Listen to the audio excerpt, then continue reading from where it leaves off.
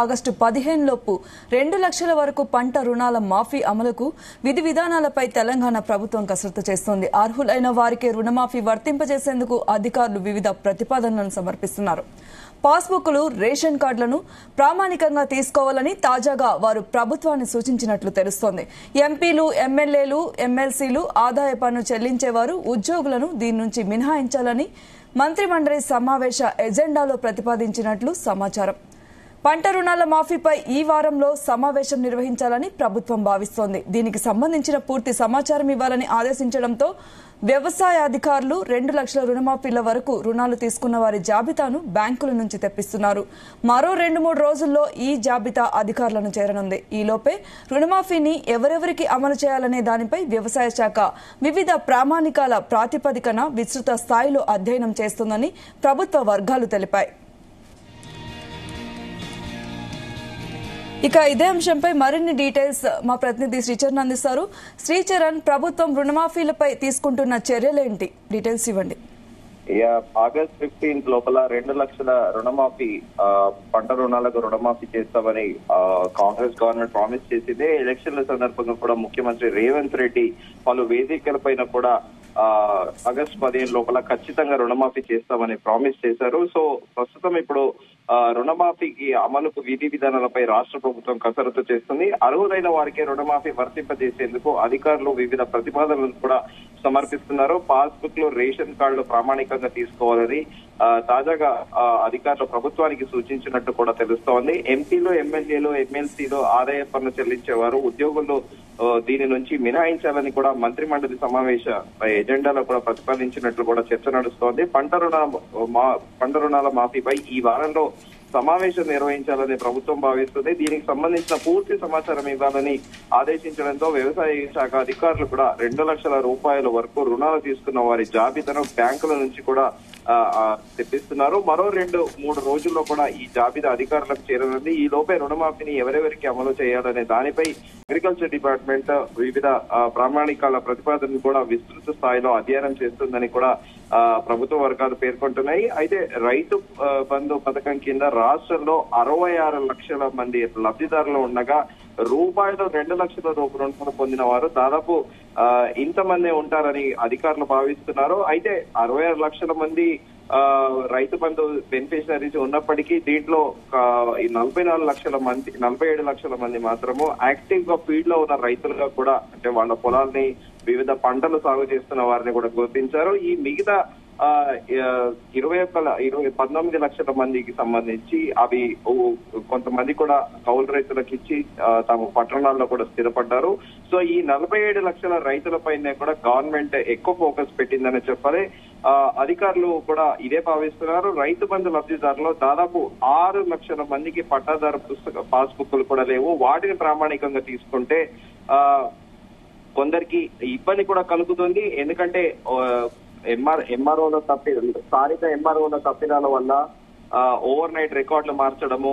So ఈ 6 లక్షల మందికి ఇప్పుడు ఇస్తే అది మరో కాంట్రవర్సీ కూడా అవుతోంది అనేది కూడా ప్రభుత్వం భావిస్తోంది. అయితే దీనిపైన పూర్తి స్థాయిలో కూడా ఇప్పటికే వ్యవసాయ శాఖ అధికారులను కూడా ప్రభుత్వము ఎవరెవరైతే లిస్టు ఈ పాస్బుక్ లేకుండా రైతు బంధు స్కీమ్ పొందుతున్నారో వారందరికీ కూడా డీటెయిల్స్ తీసుకోవాల్సిందిగా కూడా గవర్నమెంట్ వారికి చెప్పింది. దాంతో పాటు అధికారులను శ్రీచరణ్, రేషన్ కార్డ్ ప్రామాణికంగా తీసుకుంటే ఎవరెవరికి కట్ ఆఫ్ అయ్యే అవకాశం ఉంది?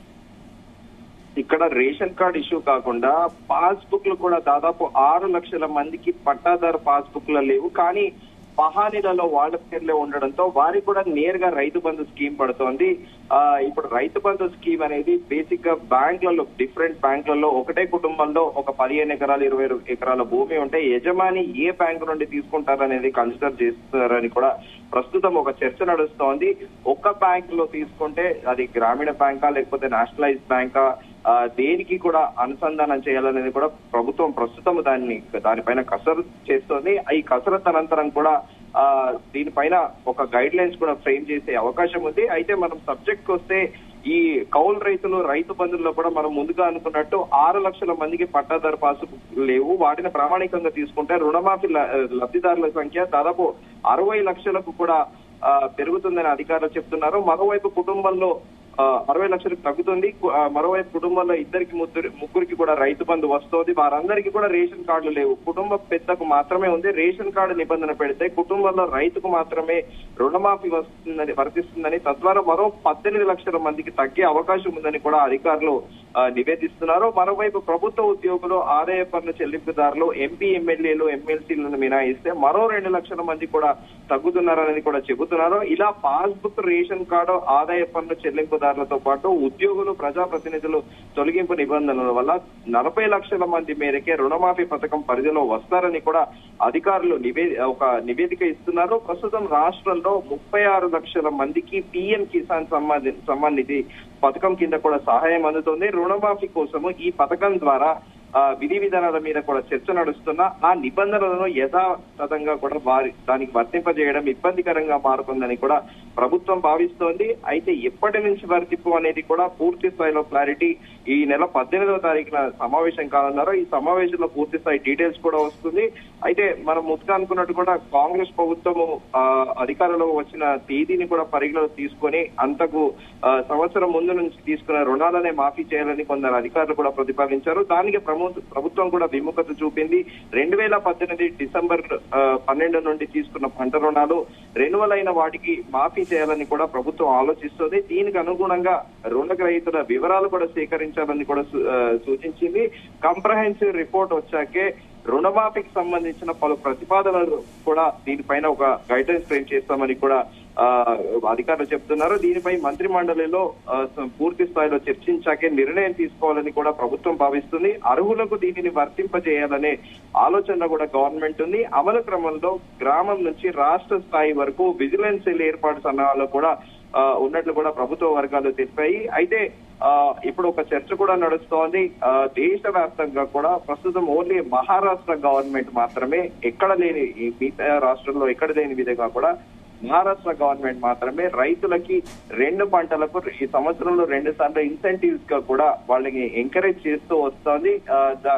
దానికి కారణం ఏంటంటే రెగ్యులర్ గా వాళ్ళు తీసుకున్న రుణాలకు వడ్డీ పే చేసిన వాళ్ళకి ప్రభుత్వం ప్రోత్సాహకరంగా కూడా ఇస్తుంది. ఉదాహరణకు ఎవరైనా 2 లక్షల లోన్ తీసుకుంటే వాళ్ళకి 50,000 వరకు కూడా ప్రోత్సాహకరంగా కూడా ఇన్సెంటివ్స్ ఇస్తుంది. 1,00,000 తీసుకున్న వాళ్ళకి 25,000 చొప్పున కూడా ఇలా సంవత్సరంలో 2 సార్లు కూడా మహారాష్ట్ర ప్రభుత్వం ఇస్తూ వస్తుంది. ఇంకా రాజస్థాన్ విషయానికి వస్తే రాజస్థాన్ లో ఓన్లీ కోఆపరేటివ్ బ్యాంకులలో తీసుకున్న వాళ్ళకే రాజస్థాన్ ప్రభుత్వము రైతు రుణమాఫీ చేస్తోంది. మిగతా నేషనలైజ్ బ్యాంకులలో తీసుకున్న వాళ్ళకి మాత్రము అసలు కూడా అక్కడ రుణమాఫీ చేయట్లేదు. సో ఇప్పుడు మన అధికారులు కూడా, వ్యవసాయ శాఖ అధికారులు కూడా ఈ 2 రాష్ట్రాల పైన పూర్తి స్థాయిలో అధ్యయనం చేస్తున్నారు.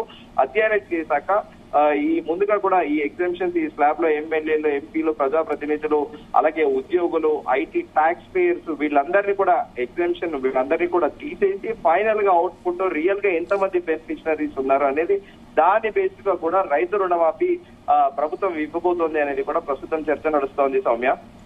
Okay, thank you Sricharan.